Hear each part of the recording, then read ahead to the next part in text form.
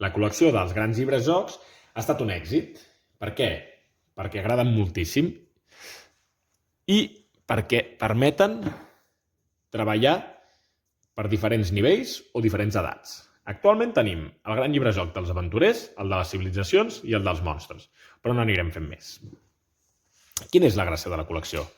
Doncs que són llibres espectaculars on els nens poden jugar-hi de manera diferent.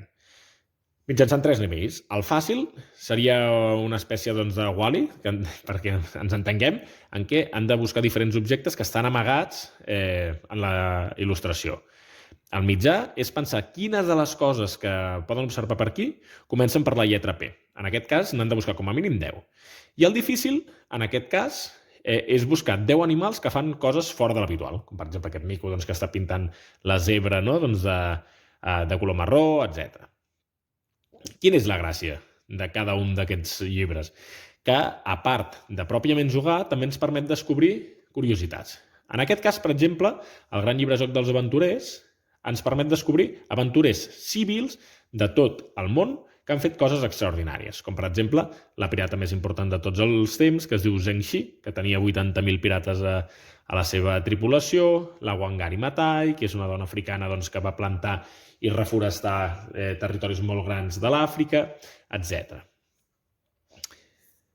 Aleshores, no només ens serveix com a llibre de biblioteca, sinó que ho podem utilitzar com a recurs d'aula. Totes les curiositats i anècdotes s'expliquen al final, sempre, a través del codi QR. En el gran llibre joc dels aventurers, són diferents aventurers. En el de les civilitzacions els podem explicar aquestes diferents civilitzacions. Els egipcis, els xinesos, els vikings, els polinesis, els romans i els maies. I també funciona igual. En el codi QR explica les diferents civilitzacions. I en el gran llibre joc dels monstres, que aquest potser és el més divertit de tots, el que expliquem és l'origen dels monstres, d'acord?